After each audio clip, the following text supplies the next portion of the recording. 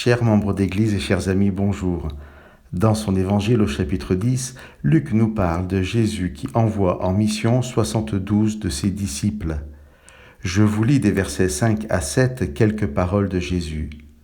Dans toute maison où vous entrerez, dites d'abord que la paix soit sur cette maison.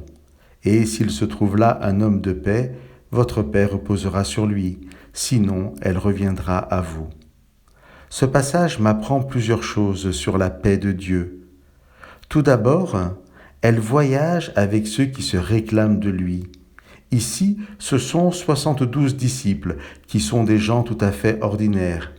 Les disciples dont nous parlent les évangiles sont des hommes et des femmes qui nous ressemblent beaucoup avec leurs incompréhensions, leurs erreurs, leurs défauts. La paix qui accompagne ces disciples ne vient pas du fait qu'ils seraient parfaits ou auraient tout compris, mais simplement du fait qu'ils ont le désir sincère d'être au service de Dieu. La première chose donc que ce texte m'apprend est que la paix de Dieu est la compagne de voyage d'individus tout à fait ordinaires.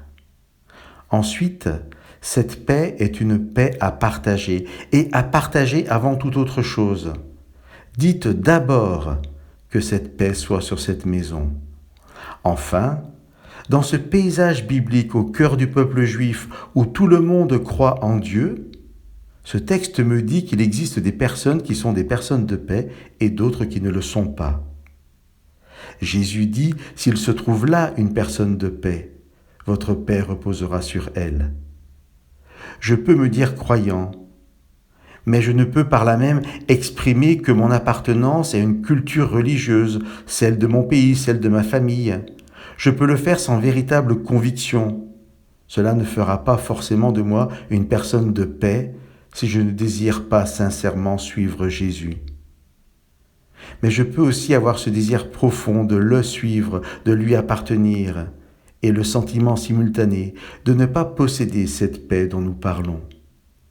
Mais si je la désire vraiment, je suis au regard de ce texte cet homme de paix dont parle Jésus.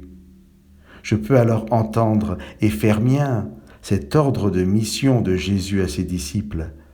Que la paix soit sur cette maison. C'est ma prière pour toutes nos maisons aujourd'hui.